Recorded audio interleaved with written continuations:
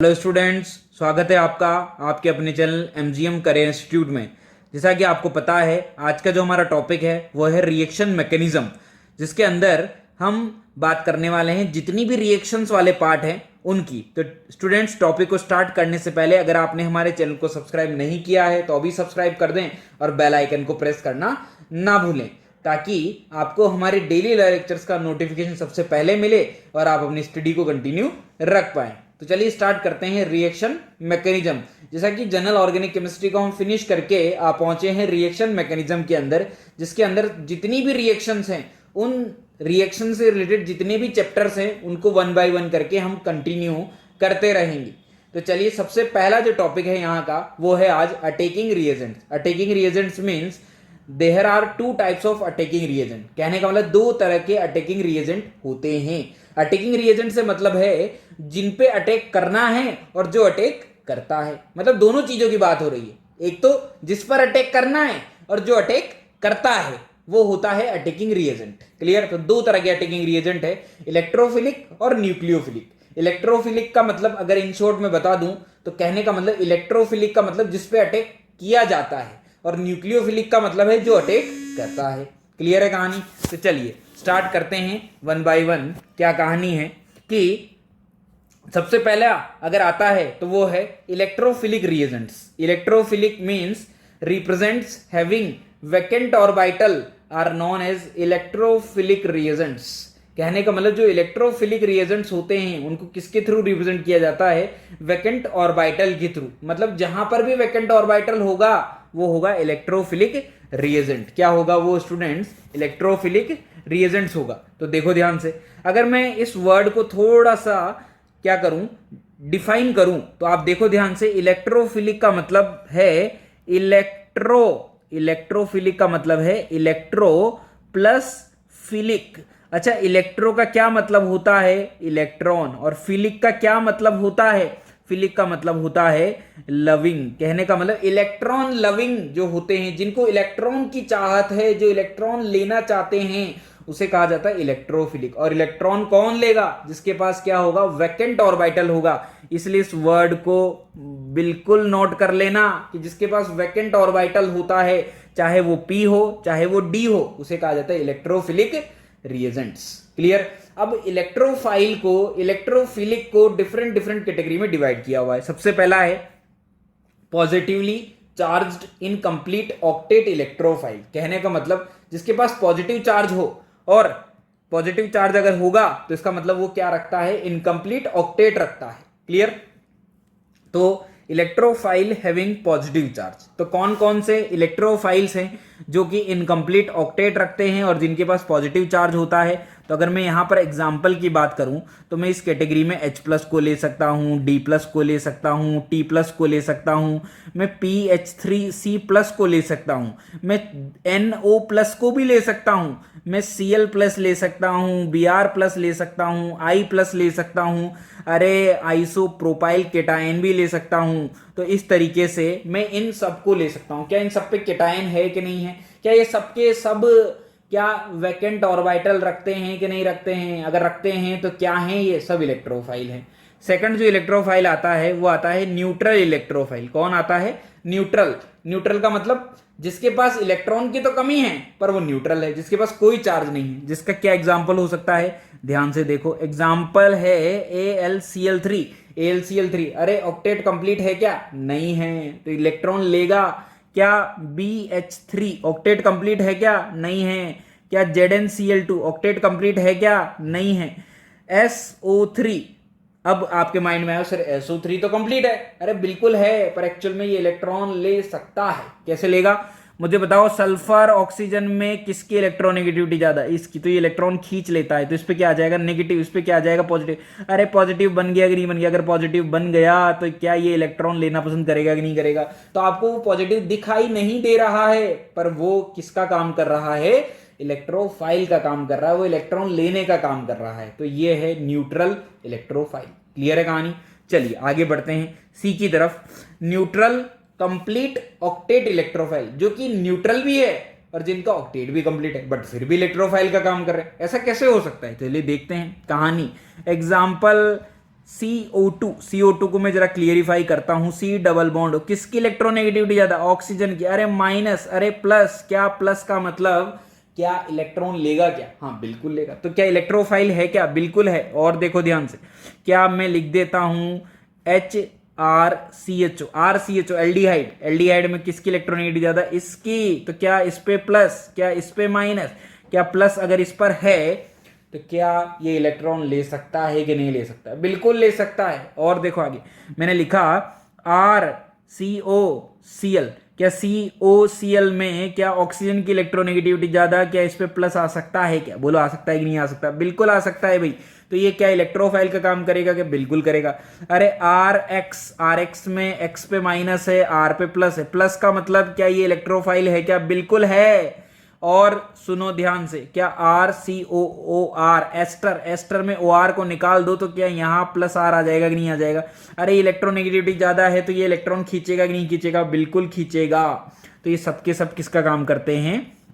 Electrophile का काम करते हैं, जबकि इनका ऑक्टेट हर तरीके से कंप्लीट है, पर इनके पास एक ऐसा ग्रुप प्रेजेंट है जो कि आराम से निकल सकता है। जैसे इसके पास कौन सा ग्रुप है? इसके पास है क्लोरीन जो कि निकल सकता है, इसके पास X है, इसके पास OR है। ये सब ऐसे ग्रुप हैं जो निकल सकते हैं और क्या बना सकते हैं? पॉजिटिव चार्ज बना सकते हैं। क्लियर है कहानी? तो क्या समझ में आया कि नहीं आया? तो ये सबके सब क्या हैं? इलेक्ट्रोफाइल हैं। तो कहने का मतलब इलेक्ट्रोफाइल को हमने डिफरेंट कैटेगरी में डिवाइड किया हुआ है। पर सिंपल सी डेफिनेशन अगर आपसे कोई पूछ ले कि इलेक्ट्रोफाइल क्या होता है, तो इलेक्ट्रोफाइल वो होता है जो इलेक्ट्रॉन को लव करता है, इलेक्ट्रॉन की चाहत रखता है, जिसके पास इलेक्ट्रॉन की कमी होती है। अब कमी को आप कैसे पहचानोगे? जिसके पास प्लस आ जाए। अब प्लस एक तो डायरेक्टली प्लस आ जाए और एक इनडायरेक्टली प्लस आ जाए, तो मैंने आपको सब कुछ यहां क्लियर कर दिया है। तो चलिए आगे बढ़ते हैं। अगला है न्यूक्लियोफिलिक रिएजेंट्स। न्यूक्लियोफिलिक का मतलब represents having electron density are non as electrophilic reagent. जिनके पास इलेक्ट्रॉन डेंसिटी ज्यादा होती है उसे क्या कहा जाता है? न्यूक्लियोफिलिक कहा जाता है। कहने का मतलब जिनके पास इलेक्ट्रॉन की क्या हो? डेंसिटी हो, इलेक्ट्रॉन ज्यादा हो, उसे कहा जाता है क्या? न्यूक्लियोफिलिक। अब अगर मैं इसको नाम को डिफाइन करूं तो दिस इज द न्यूक्लियोफिलिक, बोले तो nucleo plus philic. This is the nucleo means nucleus, philic बोले तो लविंग, जो न्यूक्लियस को लव करता है। अरे न्यूक्लियस के पास कौन सा चार्ज होता है मुझे बताओ? Positive charge. और जो पॉजिटिव चार्ज को लव करेगा वो कौन होगा? वो नेगेटिव होगा। बोलो होगा कि नहीं होगा? जिसके पास इलेक्ट्रॉन ज्यादा होंगे वही तो न्यूक्लियस को लव करेगा, वही तो न्यूक्लियोफिलिक होगा। तो इसका सिंपल सा मीनिंग निकलता है कि न्यूक्लियोफाइल वो होता है जिसके पास इलेक्ट्रॉन डेंसिटी ज्यादा होती है। चलिए कैसे होती है देखो ध्यान से। नेगेटिव न्यूक्लियोफाइल, नेगेटिव को कैसे रिप्रेजेंट कर सकते हैं? नेगेटिव को रिप्रेजेंट कर सकते हैं हम किस से? H माइनस से, एग्जाम्पल D माइनस से, T माइनस से, बोलो कर सकते हैं। Cl माइनस से, अरे बिहार माइनस से, I माइनस से, OR माइनस से, क्या OH माइनस से, क्या NH2 माइनस से, क्या F माइनस से, क्या Cn माइनस से, क्या N3 माइनस से, क्या I माइनस से। I3 तो हमने ले लिया है तो I3 माइनस भी हम ले सकते हैं। तो क्या ये सब के सब ऐसे हैं जिनके पास नेगेटिव है, जिनके पास इलेक्ट्रॉन डेंसिटी ज्यादा है, ये इलेक्ट्रॉन दे सकते हैं। किसको इलेक्ट्रॉन देंगे? जो इलेक्ट्रॉन लेना चाहेगा। कौन लेता है इलेक्ट्रॉन? अरे इलेक्ट्रोफाइल लेता है, अभी पढ़ के आए हैं, जिनके पास इलेक्ट्रॉन की चाहत होती है। तो कहने का मतलब न्यूक्लियोफाइल इलेक्ट्रॉन देता है, इलेक्ट्रोफाइल इलेक्ट्रॉन लेता है। ये दोनों एक दूसरे के प्रति क्या रहते हैं? अट्रैक्ट रहते हैं, इसलिए इनको अटैचिंग रिएजेंट कहा जाता है।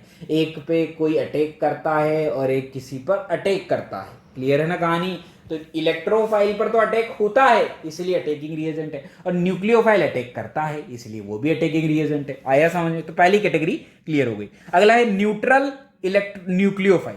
न्यूट्रल का मतलब जो न्यूट्रल भी हो और जिसके पास इलेक्ट्रॉन भी हो, तो उसे क्या कहेंगे हम? Neutral nucleophile. कैसे पहचानेंगे? देखो एग्जांपल H2, अरे लोन पेयर है, लोन पेयर का मतलब फ्री इलेक्ट्रॉन डोनेट कर सकता है।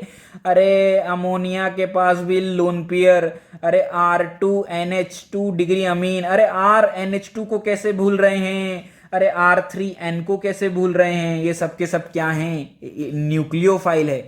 अरे H2S सल्फर के पास भी लोन पेयर है, अरे RSH के पास भी लोन पेयर है, क्लियर है कि नहीं है। अरे double bond pi electron density इसके पास है कि नहीं, अगर पाई इलेक्ट्रॉन डेंसिटी है जिसके पास, ये भी किसका काम करेगा, न्यूक्लियोफाइल का। अरे ट्रिपल बॉन्ड है कि नहीं है, इसके पास भी पाई इलेक्ट्रॉन डेंसिटी है, बोलो है कि नहीं है। जिसके पास पाई इलेक्ट्रॉन डेंसिटी है वो सब किसका काम करते हैं, न्यूक्लियोफाइल का। ये न्यूट्रल न्यूक्लियोफाइल है, इनके पास चार्ज तो नहीं है पर इलेक्ट्रॉन ज्यादा है इसलिए न्यूट्रल है। आया समझ में। तो इस तरीके से ये सब के सब क्या हो सकते हैं, न्यूट्रल न्यूक्लियोफाइल का काम कर सकते हैं। अगली जो कैटेगरी आती है वो है पॉजिटिव न्यूक्लियोफाइल, मतलब जिनके पास पॉजिटिव भी हो और फिर भी किसका काम कर दे, वो न्यूक्लियोफाइल का। ऐसा कैसे हो सकता है, चलिए चेक कर लेते हैं। एग्जाम्पल मैंने लिखा NH2NH3+, अरे पॉजिटिव भी है और नाइस नाइट्रोजन भी लोन पीरियड डोनेट कर सकता है कि नहीं कर सकता, बिल्कुल। तो किसका काम कर रहा है ये, न्यूक्लियोफाइल का। अब मैंने एक और लिखा क्या, N3H+, क्या लिखा मैंने, N3H+, और मैंने एक और क्या लिखा, OH।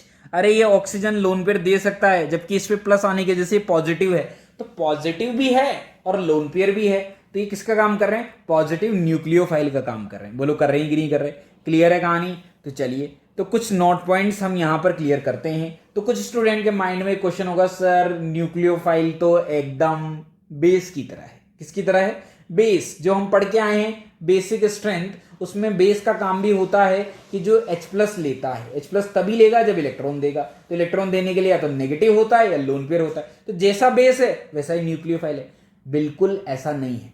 कुछ कुछ सिमिलरिटीज हैं पर उन सिमिलरिटीज के अंदर ही डिफरेंस है। क्लियर है कहानी। तो आप बेस और न्यूक्लियोफाइल को कभी भी नेगेटिव या लोन पेयर के बेसिस पे जज ना करें। क्लियर, उनको जज कैसे करना है ये मैं आपको क्लियर करूंगा। चलिए आगे पढ़ते हैं। नोट पॉइंट, नोट पॉइंट कहता है कि जो मेटल कैटायंस है, मतलब मेटल कैटायन मतलब Li+, Na+, K+, Al3+, positive तो इनके पास भी है पर इनको इलेक्ट्रोफाइल के अंदर कंसिडर नहीं किया जाता क्योंकि इनका जो ऑक्टेट है वो कंप्लीट है। भाई इनका ऑक्टेट क्या है, कंप्लीट। इनके पास इलेक्ट्रॉन लेने की जगह नहीं है, इसीलिए इलेक्ट्रोफाइल में कंसिडर नहीं होते। तो आप बिल्कुल क्लियर रहें, हर पॉजिटिव चार्ज इलेक्ट्रोफाइल नहीं होता, मेटल कैटायन तो खासकर नहीं होते। बट Hg2+ और Hg+2 can be work as electrophile. पर ये दोनों इलेक्ट्रोफाइल का काम कर रहे हैं। इनसे रिलेटेड एक रिएक्शन भी आएगी जिसको मैं आपको बताऊंगा उस टाइम पे, कि मैंने कहा था कि ये इलेक्ट्रोफाइल का काम करते हैं। तो ध्यान से इसको ध्यान से रखना भाई, मैंने ब्रेक एक सर्कल बना दिया है ऊपर। Clear. If on moving left to right in periodic table always thinks in terms of electronegativity. अगर आप पीरियोडिक टेबल के अंदर मूव कर रहे हैं कहां पर, लेफ्ट टू राइट, तो आप हमेशा किस पर ध्यान दें, इलेक्ट्रोनेगेटिविटी पर। क्योंकि मैंने आपको बार बार सिखाया है लेफ्ट टू राइट चलने पर इलेक्ट्रोनेगेटिविटी बढ़ जाती है, तो किस पर जोर दें आप, इलेक्ट्रोनेगेटिविटी पर। जबकि अगर आप टॉप टू बॉटम चल रहे हैं, ग्रुप के अंदर चल रहे हैं, तो आप किस पर ध्यान दें, साइज पर ध्यान दें। किस पर ध्यान दें, साइज पर। साइज बढ़ती है ऊपर से नीचे जाने पर। क्लियर कहानी। On moving top to bottom nucleophilicity and basicity both are inversely related. अरे ये तो बहुत अच्छी बात हो गई, बेसिसिटी तो हम पढ़ के आए हैं और मैंने कहा था कि जब आपको बेसिक स्ट्रेंथ पढ़ाया था कि जब हम वर्क ग्रुप में ऊपर से नीचे जाते हैं, मतलब जब हम ग्रुप में ऊपर से नीचे जाते हैं तो साइज बढ़ती है और साइज बढ़ेगी तो बेसिक स्ट्रेंथ इनवर्सली प्रोपोर्शनल हो जाती है। क्लियर है ना, मतलब बेसिक स्ट्रेंथ तो कम होती है। बेसिक स्ट्रेंथ क्या होती है भाई, कम होती है। पर क्या कहा है यहां पर कि न्यूक्लियोफिलिसिटी और बेसिसिटी दोनों इनवर्सली हैं। कब, top to bottom. Top to bottom दोनों क्या हैं, इनवर्सली प्रोपोर्शनल है। मतलब अगर बेसिसिटी कम होती है तो न्यूक्लियोफिलिसिटी बढ़ जाती है। तो क्या लिखा हुआ है, न्यूक्लियोफिलिसिटी इंक्रीज होती है जबकि बेसिसिटी क्या हो जाती है, डिक्रीज। तो हमने जब बेसिक स्ट्रेंथ पढ़ा था तो मैंने आपको बताया था कि टॉप टू बॉटम चलने पर बेसिक स्ट्रेंथ कम होती है। बेसिक स्ट्रेंथ क्या हो जाती है, कम हो जाती है। साइज इनवर्सली प्रोपोर्शनल हो जाता है जबकि न्यूक्लियोफिलिसिटी क्या हो जाएगी भाई, बढ़ जाएगी। अच्छा, बेसिसिटी क्यों कम होती थी, क्योंकि बेसिसिटी के लिए क्या चेक किया जाता था, stability of conjugate base check, conjugate acid check किया जाता है। और कॉन्जुगेट एसिड जो होता है वो कैटायन होता है और कैटायन ऊपर से नीचे जाने पर कम हो जाता है उसकी स्टेबिलिटी। क्लियर है। तो बेसिसिटी क्या होती है, कम, जबकि न्यूक्लियोफिलिसिटी क्या होती है, ज्यादा। तो न्यूक्लियोफिलिसिटी और बेसिसिटी की बात करें तो हमने बेसिसिटी पढ़ा हुआ है, तो मुझे बताओ basicity fluorine, chlorine, bromine, iodine जो कि एक ग्रुप के एलिमेंट हैं किसकी ज्यादा होगी? बेसिसिटी किसकी ज्यादा होगी भाई? फ्लोरीन की, फिर क्लोरीन की, फिर ब्रोमीन की और फिर आयोडीन की। तो न्यूक्लियोफिलिसिटी किसकी ज्यादा होगी? इनवर्सली प्रोपोर्शनल है तो इसकी ज्यादा होगी। क्लियर हुआ कि नहीं हुआ? तो बिल्कुल क्लियर हो गया ना, न्यूक्लियोफिलिसिटी बेसिसिटी बिल्कुल सेम नहीं है, कुछ कुछ डिफरेंस है दोनों में। समझ में आया कि नहीं आया?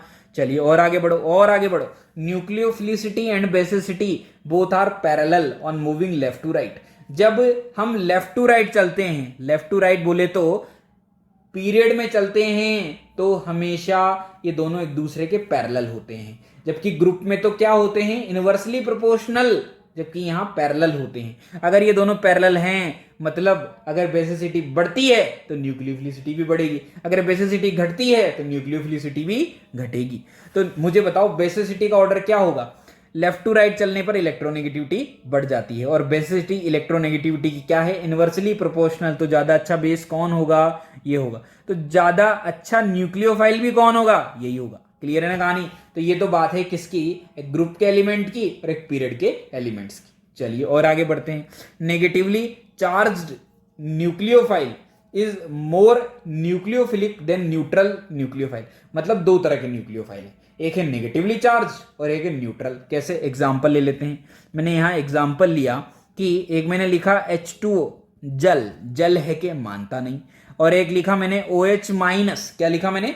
OH minus. ये नेगेटिव है, ये न्यूट्रल है, दोनों में से कौन अच्छा होगा? नेगेटिव ऑलवेज अच्छा होगा। एक और एग्जांपल ले लेते हैं। आपके कहने पर RSH और RS माइनस ये न्यूट्रल है, ये नेगेटिव है, कौन अच्छा होगा? नेगेटिव अच्छा होगा। क्लियर है कहानी? Next point, a nucleophile having higher number of nucleophilic site is more nucleophilic than having lesser number of nucleophilic site. मतलब एक ऐसा न्यूक्लियोफाइल जिसके पास ज्यादा न्यूक्लियोफिलिक साइट होती है वो ज्यादा न्यूक्लियोफिलिसिटी रखता है किससे? कम न्यूक्लियोफिलिक साइट से। कैसे? एग्जाम्पल ले लेते हैं। एग्जाम्पल ले लेते हैं, जैसे मैंने लिखा यहाँ पे HOO माइनस। क्या लिखा मैंने यहाँ पे? HOO minus. मैंने लिखा HO माइनस। इसके पास तो दो न्यूक्लियोफिलिक साइट है, इसके पास एक न्यूक्लियोफिलिक साइट है, तो ज्यादा अच्छा न्यूक्लियोफाइल कौन होगा भाई? ये होगा। फिर मैंने लिखा एग्जाम्पल, एक लिखा मैंने NH2। क्या लिखा मैंने? NH2। एक लिखा मैंने अमोनिया। इसके पास तो दो दो जगह लोन पेयर है, दो दो साइड्स हैं, बोलो है कि नहीं? जबकि इसके पास तो एक ही साइट है, तो ज्यादा अच्छा कौन होगा? जिसके पास more number of nucleophilic site होती है वही ज्यादा अच्छा होता है। क्लियर है कहानी? चलिए 9 number point, nucleophilicity depends on crowding where the basicity is not. Nucleophilicity किस पे डिपेंड करती है? क्राउडिंग पे। ये बहुत इंपॉर्टेंट पॉइंट है भाई, इसको बहुत ध्यान से पढ़ना। क्या? न्यूक्लियोफिलिसिटी किस पे डिपेंड करती है? क्राउडिंग पे डिपेंड करती है। किस पे डिपेंड करती है? क्राउडिंग पे। जबकि बेसिसिटी में ऐसा कोई रोल नहीं था, मैंने आपको क्राउडिंग के बारे में कुछ नहीं बताया है। ठीक? क्या? एक एग्जाम्पल लेते हैं तब आपको ज्यादा क्लियर होगा। एग्जाम्पल लेते हैं हम। मैंने यहां लिखा CH3O नेगेटिव, मैंने यहां लिखा CH3CH2O नेगेटिव, मैंने यहां लिखा CH3CHO नेगेटिव CH3, मैंने यहां लिखा CH3CH3CH3O माइनस। क्लियर है कहानी? अब मुझे बताओ कि इन चारों में से कौन अच्छा न्यूक्लियोफाइल है? तो इन चारों में से वो अच्छा न्यूक्लियोफाइल होगा। अगर मैं आपसे पूछूं बताओ बेसिसिटी किसकी ज्यादा है, तो आप क्या कहोगे? सर जहां प्लस आई ज्यादा होगा वहां बेसिसिटी ज्यादा होगी। तो प्लस आई तो किसका ज्यादा है? इसका ज्यादा है। तो कहने का मतलब बेसिक जो स्ट्रेंथ है वो तो कहां की तरफ बढ़ रही है? इधर से इधर जाने पर बढ़ रही है। मतलब लेफ्ट टू राइट जाने पर बेसिक स्ट्रेंथ बढ़ रही है क्योंकि प्लस आई बढ़ रहा है। पर मैंने क्या बोला? न्यूक्लियोफिलिसिटी किस पर डिपेंड करती है? क्राउडिंग पर। जबकि यहां पर बड़े बड़े ग्रुप लगे हुए हैं, यहां पर क्राउडिंग ज्यादा है। यहां क्राउडिंग क्या है भाई? यहां क्राउडिंग ज्यादा है, ये है क्राउडिंग ज्यादा। जबकि यहां पर एक छोटा सा ग्रुप है, मतलब यहां क्राउडिंग क्या है? कम है। अगर क्राउडिंग कम है तो जहां क्राउडिंग कम होगी वहां न्यूक्लियोफिलिसिटी क्या होगी? ज्यादा। तो न्यूक्लियोफिलिसिटी का ऑर्डर क्या हो जाएगा? बिल्कुल उल्टा हो जाएगा। क्लियर है कहानी? मतलब अगर बेसिक स्ट्रेंथ क्या हो जाती है? बढ़ती है, तो न्यूक्लियोफिलिसिटी कम हो जाएगी। कब? जब क्राउडिंग का रोल आ जाता है। तो न्यूक्लियोफिलिसिटी किस पे डिपेंड करती है? क्राउडिंग पर। क्राउडिंग बढ़ेगी तो न्यूक्लियोफिलिसिटी भी बढ़ेगी। न्यूक्लियोफिलिसिटी भी क्या होगी? बढ़ेगी, पर अगर क्राउडिंग कम हो जाती है तो न्यूक्लियोफिलिसिटी भी क्या हो जाएगी, कम, सॉरी क्राउडिंग बढ़ेगी तो न्यूक्लियोफिलिसिटी भी क्या हो जाएगी, कम हो जाएगी। क्लियर है ना।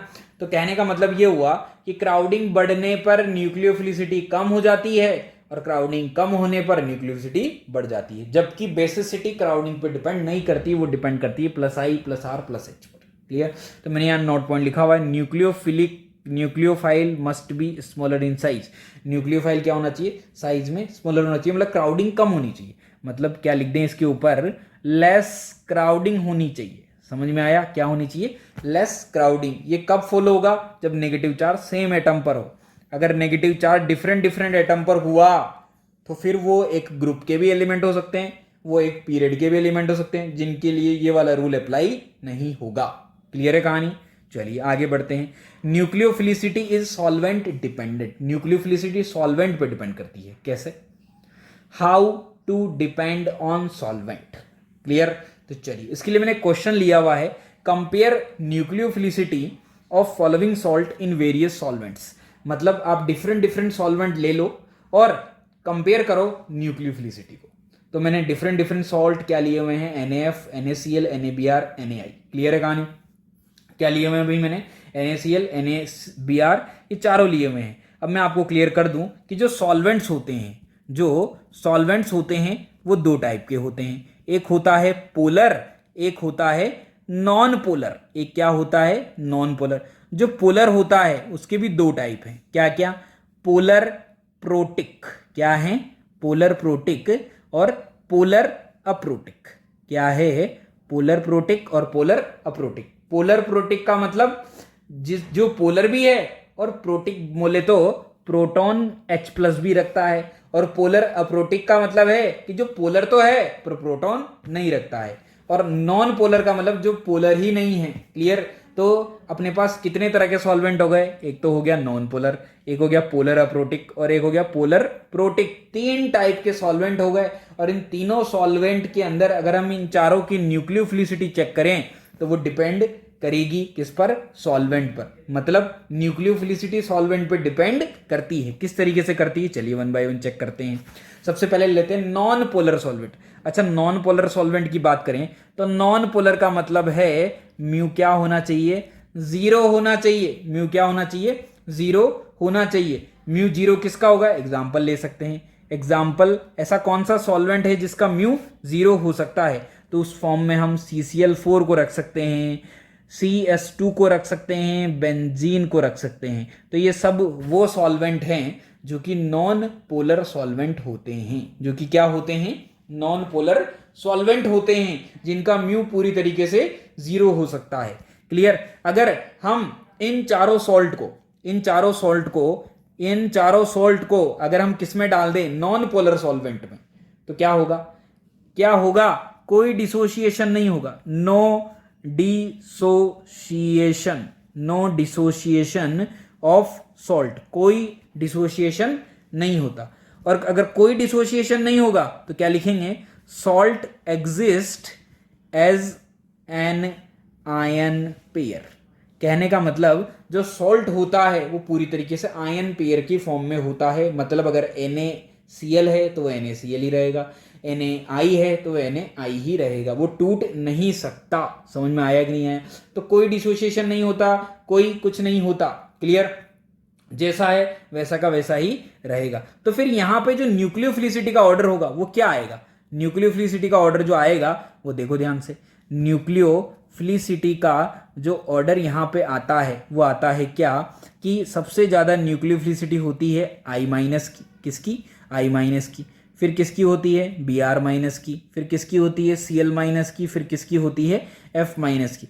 वही ऑर्डर होता है जो हमने पहले पढ़ा था। हमने पढ़ा था कि ग्रुप में ऊपर से नीचे चलने पर न्यूक्लियोफिलिसिटी बढ़ती है, मतलब टॉप टू बॉटम जाने पर न्यूक्लियोफिलिसिटी बढ़ जाती है साइज के साथ साथ। तो बिल्कुल सेम वही ऑर्डर फॉलो होगा जो पहले था। क्लियर है कहानी। तो नॉन पोलर सॉल्वेंट में अगर इन सॉल्ट को डाला जाए तो इन पर कोई फर्क नहीं पड़ता, इसीलिए आंसर वही आएगा जो पहले था। चलिए आगे बढ़ते हैं। पोलर प्रोटिक सॉल्वेंट, क्या होता है पोलर प्रोटिक सॉल्वेंट। तो पोलर का मतलब जिसका म्यू क्या हो, नॉन जीरो हो, और प्रोटीन का मतलब जो हाइड्रोजन बॉन्ड बना सकता हो, जिसके पास प्रोटॉन हो, H हो। एग्जाम्पल, क्या एग्जाम्पल हो सकते हैं, देखो ध्यान से। एग्जाम्पल के रूप में हम वाटर ले सकते हैं, हम अल्कोहल ले सकते हैं, हम कोई एसिड ले सकते हैं, हम HCl ले सकते हैं। इन सब के पास प्रोटॉन है, ये सब के सब क्या हैं, पोलर भी हैं, तो इसीलिए इनको पोलर प्रोटिक कहा गया है। क्लियर है। इनका म्यू जीरो नहीं होता, तो अगर इनका म्यू जीरो नहीं होता तो क्या लिख सकते हैं हम कि सॉल्ट पूरी तरीके से क्या हो जाएगा, डिसोशिएट हो जाएगा। अगर सॉल्ट डिसोशिएट होगा तो solvation of ions takes place. कहने का मतलब जो सॉल्वेंट है, जो आयंस है, उनका सॉल्वेशन होना स्टार्ट हो जाएगा। कैसे होगा, देखो ध्यान से। अब जैसे ही मैंने 1 बाय 1 करके चारों सॉल्ट को इस पोलर प्रोटिक के अंदर डाला, पोलर प्रोटिक के अंदर मतलब मैंने एक यूनिवर्सल सॉल्वेंट ले लेता हूं, क्या मैंने इन चारों को वाटर के अंदर ऐड किया। क्या किया मैंने, इन चारों को वाटर के अंदर ऐड किया। जैसे मैं वाटर के अंदर ऐड करूंगा, क्या होगा कि जो Na+ है वो तो सबके पास कॉमन है। देखो ध्यान से, Na+ तो क्या है, सबके पास कॉमन है। तो जो Na+ था उसको तो किसने घेर लिया, वाटर के किसने, पॉजिटिव पार्ट ने घेर लिया। मतलब हर जगह कौन आ गया, H वाले पार्ट ने इसको घेर लिया। बोलो घेरा कि नहीं घेरा, H घेरा कि नहीं घेरा, H। इसको हर जगह से किसने घेर लिया भाई, इसको H वाले पार्ट ने घेर लिया। मतलब Na+ को तो किसने घेर लिया, वाटर के H ने पूरी तरीके से घेर लिया। क्लियर। और उसी तरीके से जो F- है, जो Cl- है, जो Br- है और जो I- है, उसको किसने घेरा, उसको वाटर के नेगेटिव पार्ट ने घेरा, मतलब ऑक्सीजन ने घेरा। मतलब जैसे मैंने ऑक्सीजन को डाला, जैसे मैंने फ्लोरीन को वाटर के अंदर डाला, फ्लोरीन को वाटर के अंदर डालते ही फ्लोरीन जोर जोर से झटपटाने लगा कि मुझे बचाओ, मुझे बचाओ, मुझे बचाओ। क्लियर। क्यों बचाओ, क्योंकि एक्चुअल में ये वाटर के साथ बहुत अच्छी हाइड्रोजन बॉन्डिंग करता है, तो इसको वाटर ने हर जगह से पकड़ लिया। क्लोरीन के ऊपर कुछ कुछ छींटे आ गिरे, बहुत अच्छे से तो नहीं, पर कुछ कुछ छींटे इसके ऊपर आए, इसको भी थोड़ी देर के लिए पकड़ लिया। Br के ऊपर 1-2 बूंदाबांदी गिरी मात्र। और आयोडीन पूरी तरीके से फ्री था कि मुझे कोई टच भी नहीं कर सकता। तो मुझे बताओ वाटर के अंदर सबसे ज्यादा फ्री कौन है, वाटर के अंदर सबसे ज्यादा फ्री है I-। अगर I- सबसे ज्यादा फ्री है तो जो न्यूक्लियोफिलिसिटी का ऑर्डर होगा वो किसका ज्यादा आएगा, सबसे ज्यादा आएगा I-, फिर आएगा Br-, फिर आएगा Cl- और फिर आएगा F-। मतलब I- की न्यूक्लियोफिलिसिटी सबसे ज्यादा होगी PPS के अंदर, पोलर प्रोटिक सॉल्वेंट के अंदर। क्लियर हुआ कि नहीं हुआ, क्लियर है ना कहानी। तो पोलर प्रोटिक सॉल्वेंट की जो न्यूक्लियोफिलिसिटी है, जो पोलर प्रोटिक सॉल्वेंट हैं जिनके अंदर I- सबसे अच्छा न्यूक्लियोफाइल माना जाता है। क्लियर है। तो सेम ऑर्डर जो नॉन पोलर में आया था वही ऑर्डर यहां पर भी आ गया है। क्लियर है कहानी। चलिए और आगे बढ़ते हैं, और आगे बढ़े। पोलर अप्रोटिक, पोलर का मतलब म्यू जीरो तो नहीं है, पर ये आज नो H बॉन्डिंग, कोई हाइड्रोजन बॉन्डिंग ये नहीं कर सकता। समझ में आया कि नहीं आया। अगर कोई हाइड्रोजन बॉन्डिंग नहीं कर सकता तो इसका एग्जाम्पल क्या ले सकते हैं हम, इसका एग्जाम्पल ले सकते हैं, एक तो है DMSO बोले तो डाई मिथाइल सल्फोक्साइड, जिसका मैं फुल फॉर्म लिख देता हूं, डाई मिथाइल सल्फोक्साइड। क्लियर है कहानी, क्या है, डाई मिथाइल सल्फोक्साइड। ठीक, X समझे इसे आप, क्या है ये, सल्फोक्साइड, जिसका स्ट्रक्चर में मैं आपके सामने बना देता हूं कि डाई मिथाइल सल्फोक्साइड बोले तो O+S, इधर भी मिथाइल और इधर भी methyl, this is the di methyl sulphoxide. Clear हुआ।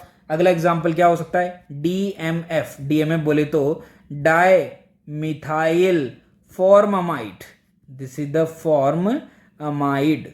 तो डाईमिथाइल फॉर्मामाइड के स्ट्रक्चर की बात करें तो क्या हो जाएगा, डाईमिथाइल फॉर्मामाइड का structure double bond O, N, इधर भी मिथाइल और इधर भी methyl, this is the dimethyl formamide. Clear. और एग्जांपल क्या हो सकता है, crown ether, oxygen, this is the crown ether. ये चारों ऑक्सीजन भी किसको रिप्रेजेंट करते हैं, क्राउन ईथर को। इनके पास कोई H ऐसा नहीं है जो कि हाइड्रोजन बॉन्ड बना सकता हो। हाइड्रोजन बॉन्ड कौन बनाता है, जो नाइट्रोजन, ऑक्सीजन, इधर से फ्लोरीन और क्लोरीन से जुड़ा हुआ हो। क्लियर। तो ये सब के सब क्या हो गए हैं, ये सब के सब हो गए हैं क्या, पोलर अप्रोटिक सॉल्वेंट। क्लियर। चलिए आगे बढ़ते हैं। अब मैंने क्या किया, कोई भी एक सॉल्वेंट ले लो और इनमें से किसी भी सॉल्वेंट के अंदर इन चारों को ऐड कर दो। जैसे मैं चारों को ऐड करूंगा तो मैंने क्या देखा कि जो ये क्राउन ईथर में ले रहा हूं, जो ये क्राउन ईथर ले रहा हूं, इसके पास लोन पेयर तो है, पर लोन पेयर होने की वजह से ये अपना लोन पेयर किसको दे देगा, सोडियम को दे देगा, Na+ को दे देगा और Na+ को चारों तरफ से घेर लेगा। और चारों तरफ से घेरने के बाद फ्लोरीन अकेला, क्लोरीन अकेला, ब्रोमीन अकेला, आयोडीन अकेला, ये चारों फ्री हैं। इन चारों को कोई टच भी नहीं कर सकता। क्यों नहीं कर सकता, क्योंकि इनके पास तो प्रोटॉन है ही नहीं, और प्रोटॉन नहीं है तो इसका मतलब इनके पास पॉजिटिव पार्ट नहीं है। अगर इनके पास पॉजिटिव पार्ट नहीं है तो इसका मतलब क्या है, मतलब यह है कि सॉल्ट तो डिसोशिएट हो सकता है, सॉल्ट तो डिसोशिएट हो सकता है, पर एक्चुअल में पोलर अप्रोटिक सॉल्वेंट जो होता है वो मेनली सॉल्वेट केटायन, किसको सॉल्वेट करता है, केटायन को। मतलब सॉल्ट तो डिसोशिएट हो गया क्योंकि इसका म्यू 0 नहीं है, इसलिए सॉल्ट तो टूट गया, पर टूटा तो ऐसे टूटा कि जो Na+ है उसको तो घेरने वाला है, पर फ्लोरीन, क्लोरीन, ब्रोमीन, आयोडीन को घेरने वाला नहीं है। इनका सॉल्वेशन नहीं हो सकता। अगर इनका सॉल्वेशन नहीं हो सकता तो मुझे बताओ ये कैसे रिएक्शन करेंगे। ये रिएक्शन करते हैं कि इन चारों में से देखो नेगेटिव चार्ज किसके पास सबसे ज़्यादा स्टेबल है, नेगेटिव चार्ज सबसे ज़्यादा स्टेबल है किसके पास, I- के पास। अगर इसके पास सबसे ज़्यादा स्टेबल है तो न्यूक्लियोफिलिसिटी किसकी सबसे ज़्यादा आ जाएगी, F- की। तो सबसे अच्छा न्यूक्लियोफाइल कौन माना जाएगा, F-। तो यहाँ पे ऑर्डर उल्टा हो गया है। तो नॉन पोलर, पोलर और polar aprotic. Clear. Polar aprotic, non polar, इन तीनों के अंदर जो न्यूक्लियोफिलिसिटी का ऑर्डर आया है वो डिफरेंट तरीके से आया है और डिफरेंट आया है। तो कहने का मतलब न्यूक्लियोफिलिसिटी सॉल्वेंट पे डिपेंड करती है पर बेसिसिटी नहीं करती है। ये भी एक इंपॉर्टेंट पॉइंट हो गया है। चलिए और आगे बढ़ते हैं। रिएक्शन इंटरमीडिएट्स क्या होते हैं, reaction intermediates such species which can form between reactant product, मतलब ऐसी स्पीसीज जो कि रिएक्टेंट और प्रोडक्ट के बीच में बनती है। तो चलिए कैसे बनती है देखो ध्यान से। अगर मैंने यहां लिख दिया है एक रिएक्टेंट, क्या लिख दिया है मैंने, एक रिएक्टेंट, और मैंने यहां लिख दिया है एक प्रोडक्ट। क्लियर। अब रिएक्टेंट का मतलब आप समझ लें कि ये स्कूल है और प्रोडक्ट का मतलब आप समझ लें कि ये घर है। क्लियर। कोई भी स्टूडेंट, कोई भी बच्चा अगर अपना स्कूल से पढ़ के कहाँ जाता है, घर जाता है, तो कुछ बच्चे ज़्यादा ही शैतान होते हैं, मतलब कुछ बच्चे बहुत सीधे होते हैं, बिल्कुल कहीं नहीं रुकते। जैसे स्कूल से छूटते हैं सीधा कहाँ पहुँचते हैं, घर पहुँचते हैं। मतलब उनके बीच में कोई इंटरमीडिएट नहीं आता, वो सीधा एक ही ट्रांजिशन स्टेट के अंदर चले जाते हैं। कहाँ पर, घर में। कहाँ चले जाते हैं भाई, वो घर में चले जाते हैं। कहाँ चले जाते हैं, घर में। ये ट्रांजिशन स्टेट एक में ही वो घर पहुंच जाते हैं। कुछ बच्चे हल्के से शैतान होते हैं, क्या करते हैं कि वो जाते हैं पहले अपने दोस्त के पास और दोस्त के घर पे रुकते हैं। दोस्त के घर पे रुकने के बाद चाय वाय पीते हैं और चाय वाय पीने के बाद वो फिर पहुंचते हैं घर पे।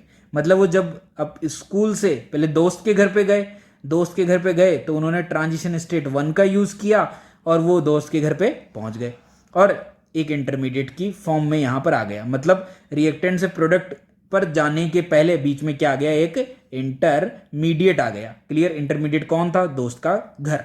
अब जैसे वो दोस्त के घर से निकले फिर से ट्रांजिशन स्टेट 2 चालू हो गई और वो कहाँ पहुँच गए, घर पहुँच। कुछ बच्चे तो अत्यधिक नालायक होते हैं। पहले क्या करते हैं, पहले जाते हैं पहले वाले दोस्त के घर की, उसको भी उठाएंगे और उसको भी उठा के उसको ले जाते हैं। ठीक है, इंटरमीडिएट 1। ठीक, ट्रांजिशन स्टेट 1। फिर वो कहते हैं अरे नहीं दूसरे दोस्त को भी उठाना है, तो वो इंटरमीडिएट 2 के पास चले जाते हैं ट्रांजिशन 2 के थ्रू।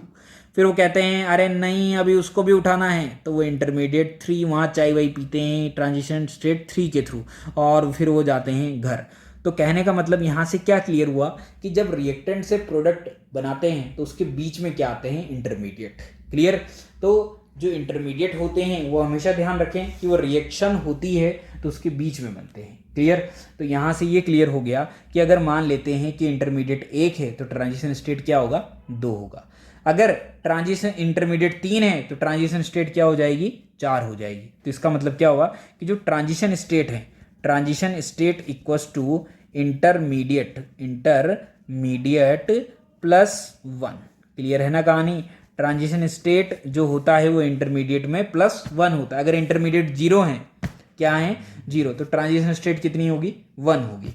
अगर इंटरमीडिएट 1 है तो ट्रांजिशन स्टेट कितनी हो जाएगी 2। इंटरमीडिएट 3 है तो ट्रांजिशन स्टेट कितनी हो जाएगी 4।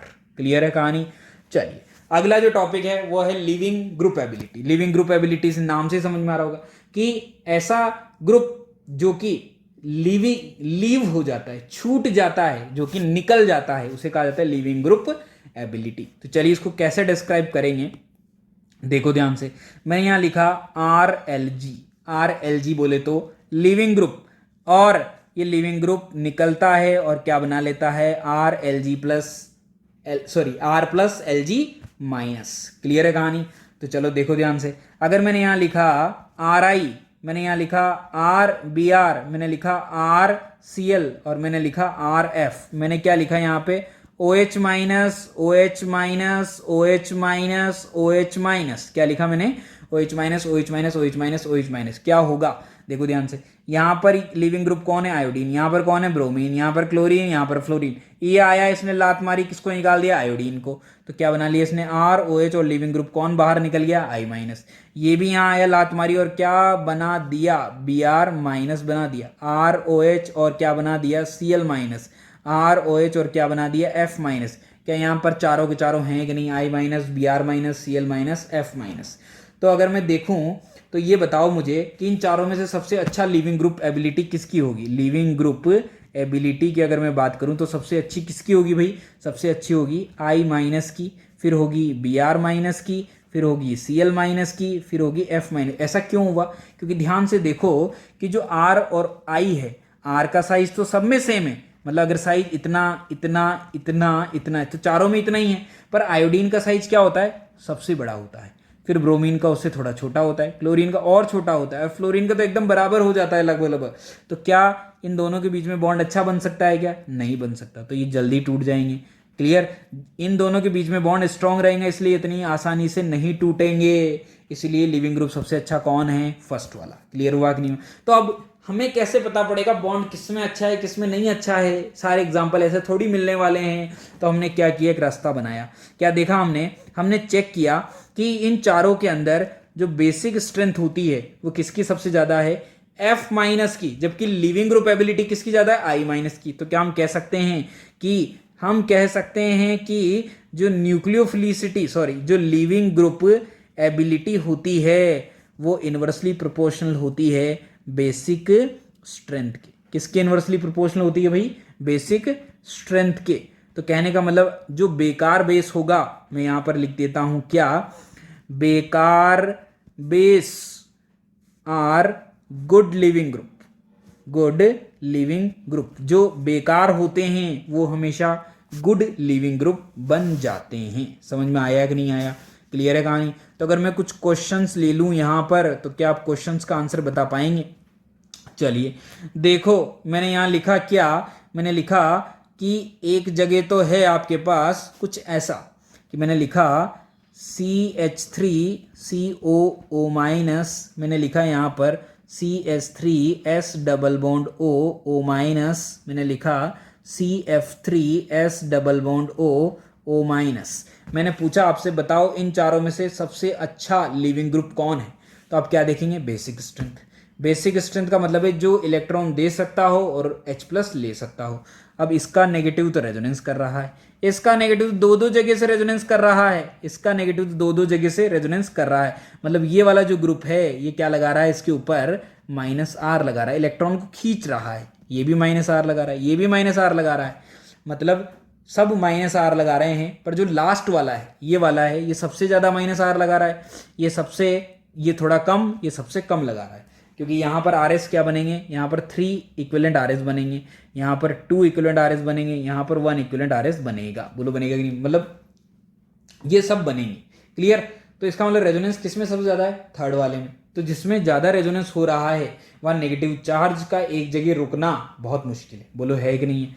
अगर एक जगह रुकना बहुत मुश्किल है तो इसका मतलब क्या हो गया है, इसका मतलब हो गया है कि इसकी बेसिक स्ट्रेंथ सबसे बेकार होने वाली है। जो सबसे बेकार बेस होता है वही सबसे अच्छा लिविंग ग्रुप होता है। तो सबसे अच्छा लिविंग ग्रुप कौन है? ये, क्योंकि ये जल्दी टूट जाएगा, क्योंकि इसको ब्रेक करने वाले बहुत सारे लोग हैं। ये भी -I लगा रहा है। इस ग्रुप का नाम क्या है? इस ग्रुप का नाम है OTF, बोले तो ट्रिफ्लेट आयन। क्या कहा जाता है इसको?